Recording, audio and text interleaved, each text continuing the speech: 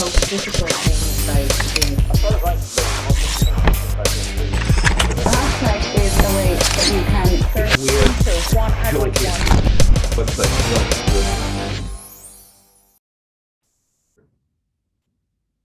Hi, welcome to the Subject Matter Experts series run by TalentPool. This particular video is all about how to register for taxes in Ireland. First of all, I would say to you is that you just have to get over it.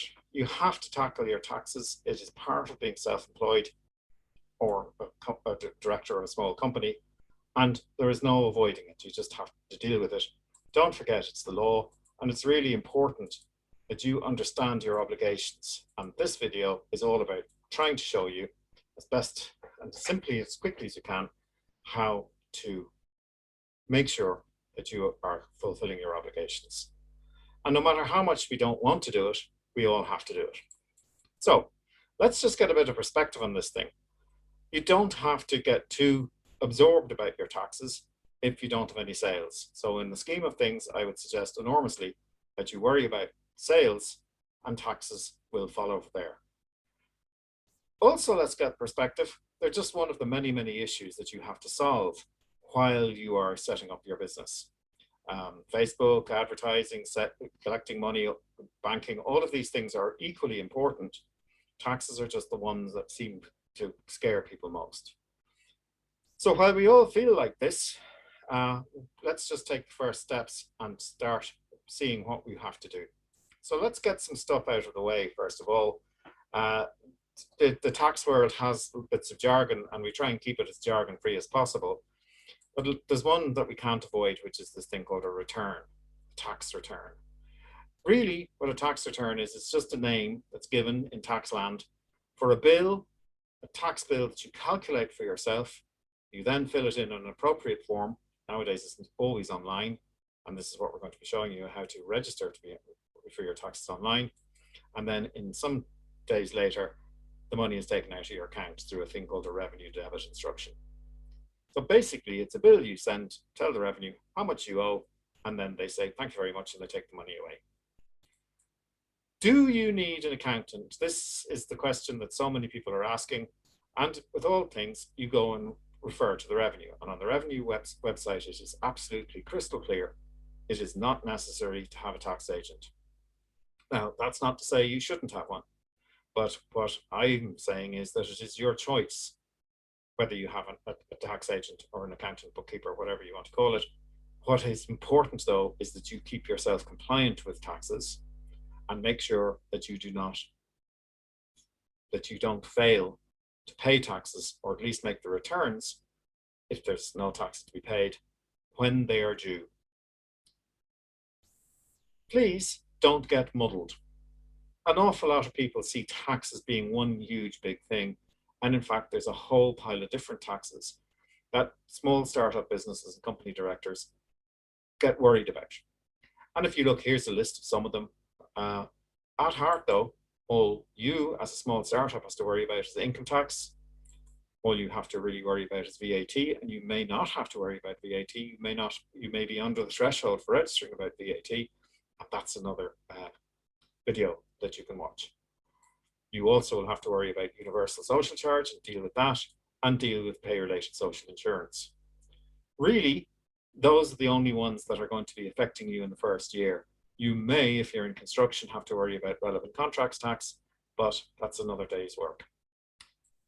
What I would like you to do, though, is I would like you to demuddle yourself.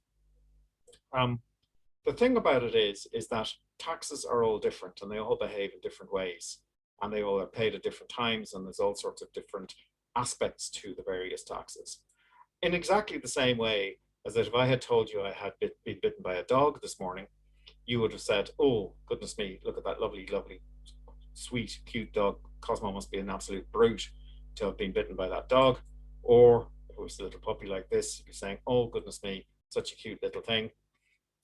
Probably not a bite at all. And if it was this, well, sure, I'd probably be doing this video from a hospital. And so it is with taxes.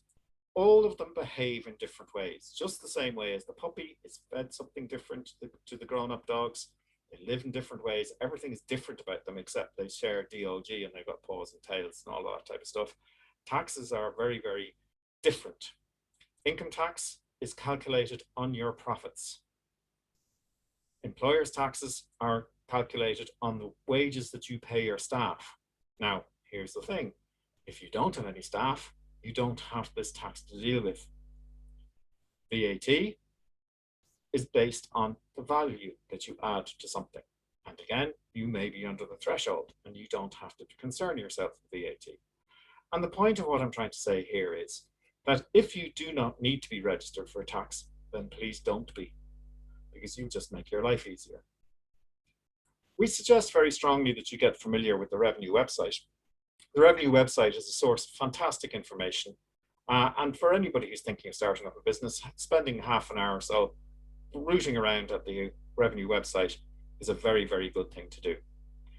What we're going to be looking at is just registering for tax. And this is inside starting and running a business. So you click on that, that brings you then to registering for tax, and we're clicking on that, and that brings us to e-registration.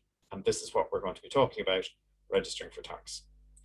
Now, basically, there's the first thing you have to have is you have to have a PPS number. And if you don't have a PPS number, then you need to go and get one before you can go on to move to register for tax. Once you've got that, then you can choose. You can either go through the My Account process, which is what the one we're going to be looking at, or you can go and use Revenue Online if you're already involved. What I would point out over and over again is that there is a number of different taxes that you can register when you're doing this, and I would be very slow to register for anything that you don't need to. In fact, I would say don't, please. So if you look here, if you're not in construction, here is one that you don't have to worry about, relevant contracts tax. You may be under the threshold for VAT, so you don't have to register for it now.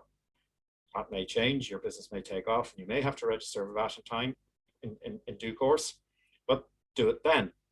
If you're not supplying plastic bags with anything, and I'm talking about supermarket quantities of plastic bags, you don't have to register for the environmental levy. It's the plastic bag tax, what we all know it as. If you're not an employer, don't register for employer pay as you earn. What you do definitely have to register for, though, is income tax. And this is the one that we know that everybody has to register for. The rest are pretty optional. So how does it go? Well, you go onto the My Account. I suggest that's the easiest way of doing it. If you're already registered with Ross, then you can go and do that, but most people aren't when they're looking at videos like this. So we're going to talk very briefly about the My Account version. So register for My Account is very simple. You put in your PPS number, you put in your date of birth, and you put in your password. If you've already got My Account, if not, you register now. And where register now brings you is very, very clear instructions. It tells you must have your PPS number, you must know your date of birth, phone number. They look for a landline, but not everybody has a landline, and that's okay. You must have an email address, and you must have a postal address. I'm going to go through it very quickly. The first thing on the screen is, what's your PPS number? So there you go. And if for some reason you don't know your PPS number, you can click that button and it should help you. You then need to decide whether you want to register quickly or slowly. If you want to register by text today, and most people do that, click on the by text today button. Some people prefer to get a letter and take it slowly. It's entirely up to you. There's no right or wrong way of doing this. Just do what suits you. So again, if you click on by text today, you need all of these things. You will also need photo ID, basically, driving license or whatever it is, just to prove who you are. Your name, not a great mystery there. Family name, not a great mystery there. Your date of birth, presumably that's the thing that's at your fingertips. And then you put in your address. Again, very straightforward stuff. What's your mobile number? That's what goes in. And your email address. Now, what I would say to this is that make sure it's an email address you're going to have for a good period of time. It's not a good plan to have an email address that is only temporary or only using. You're going to be using this for a good considerable amount of time. Now, you can change it, of course, but it's best to have a sensible email address that's part of your business. At the end, then it asks you, are these details correct? And you click submit for verification, assuming that you put everything that you put in ties in with what they know of you. Then we've now completed the registration form. Very simply, that's how you do it. But what I would say again, please, when you go in, once you've registered for my account, you go and manage your registrations. Don't register for everything that you don't, or anything that you don't need to register for. Because other than that, you're just going to have to keep doing 0 returns, and that's a nuisance and extra stress and extra time. What you do, go into my account and manage registrations. It's just as simple as that. Okay, that's it. That's the subject matter expert video on how to register for tax. There are a range of other videos on our website, on our YouTube channel.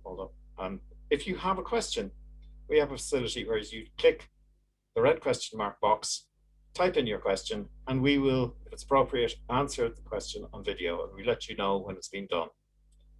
There are already a good few videos ranging from everything to do with customs and search engine optimization. They're all less than 10 minutes. Check them out and have a look for yourself.